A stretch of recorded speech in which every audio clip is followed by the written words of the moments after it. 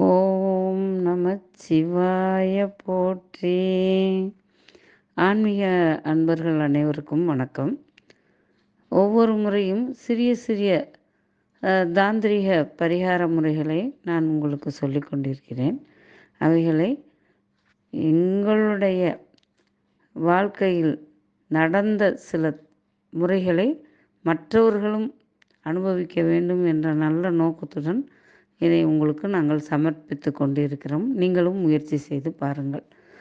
வீடுகளில் நிறைய பேர், ஆண்களாக இருந்தாலும் சரி பெண்களாக இருந்தாலும் சரி, எவ்வளவு தான் கஷ்டத்தை அனுபவிச்சுக்கிட்டே இருக்கோம். கடவுள் இருக்காரா இல்லையா, என்ன இந்த கஷ்டம் எப்போ தான் தீருமோ, இந்த கஷ்டம்லாம் தீர்றதுக்கு என்ன வழி, ஒன்றுமே புரிய மாட்டேங்குதே அப்படின்னு நினைக்கக்கூடியவர்களுக்கு ஒரு சிறிய எளிய பரிகாரம். வன்னி மரம் தெரியும் எல்லாருக்குமே. அந்த வன்னி மரத்துக்கு அடியில் விநாயகர் கோயில் அல்லது விநாயகர் சிலை அங்கே இருக்கான்னு பார்த்து, அந்த வன்னி மரத்தை சுற்றியும் ஒரு கைப்பிடி பச்சரிசியும் வெல்லமும் கலந்து, நாட்டு சர்க்கரை வெல்லம் ஏதோ ஒன்று, இந்த ரெண்டில் ஏதாவது, நாட்டு சர்க்கரையாக இருந்தாலும் ஒன்று, வெல்லமாக இருந்தாலும் ஓகே. இந்த ரெண்டையும் நல்லா பச்சரிசி மாவோட கலந்து, ரெண்டில் ஏதாவது ஒன்றை எடுத்து பச்சரிசியோடு கலந்து ஒரு கைப்பிடி எடுத்துக்கோங்க. எடுத்துட்டு அந்த விநாயகரை, வன்னி மரத்துக்கு கீழே இருக்க விநாயகரை 3 தடவை சுற்றி அப்படியே அந்த அரிசியை கொஞ்சம் கொஞ்சமாக வட்டமாக போட்டுவாங்க. அப்படி போட்டு வர்றதுனால மிகப்பெரிய பலன் கிடைக்கும்.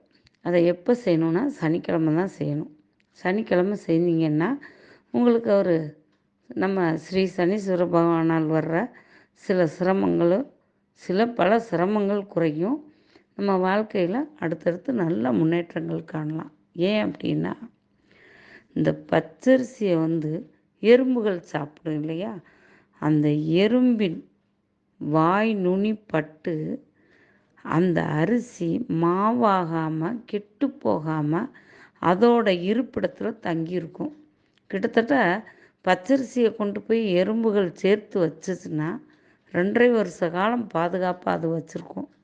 அப்போ அந்த 2.5 வருட காலங்களும் நமக்கு மிகப்பெரிய பலன்களும் புண்ணியங்களும் கிடைக்கும்.